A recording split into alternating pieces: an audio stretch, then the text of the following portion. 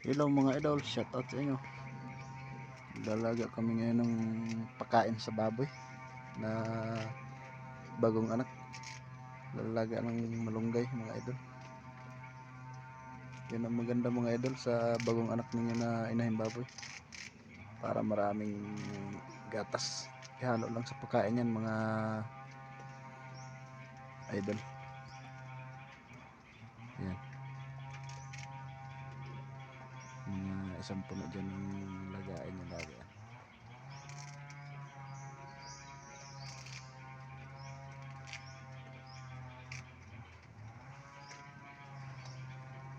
Sa mga walang pambili ng mga pampagatas mga idol ng bagong anak na inahing baboy, malunggay lang,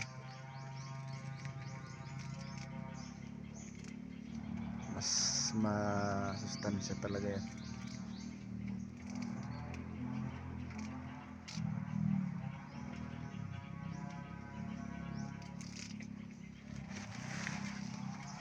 Doon yung aming baboy mga idol na bagong anak ko. Yan.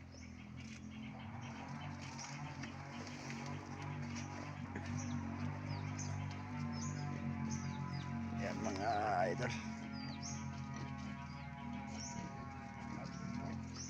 10 ang anak niyan mga idol. Baboy na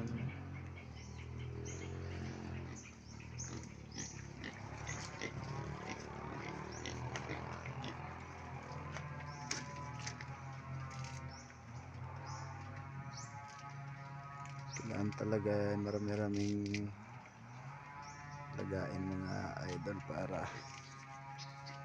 marami-raming may lahok sa bahog.